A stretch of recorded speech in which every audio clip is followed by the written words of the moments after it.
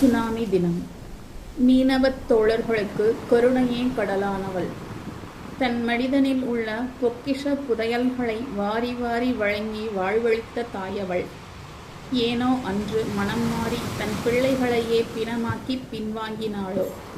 கடலம்மா கடலம்மா என்று கடல் தாயவளை தொழுது தொழில் செய்த தோழர்களின் மீனவ குப்பத்தையும் விட்டு வைக்காது தாயவளே தன் வலிய கரம் கொண்டு வாரிச் சுருட்டி ஆழி பேரலை எனும் பேயுரு எடுத்தவள். லட்சுமண கோடு தாண்டிய சீதை போல கரை கடந்த காரணத்தால் என்றென்றும் கண்டனங்களுக்கு ஆளாகிப் போனாள் ஆழியாள்.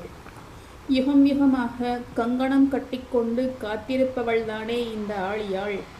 லெமூரியா கண்டத்தை உண்டு ஏப்பம் விட்டால் நம் பழந்தமிழர் செழிப்பையும் இலக்கிய வளத்தையும் ருசி பார்த்த நாவு காத்திருந்து மீண்டும் வாங்கியது காவு.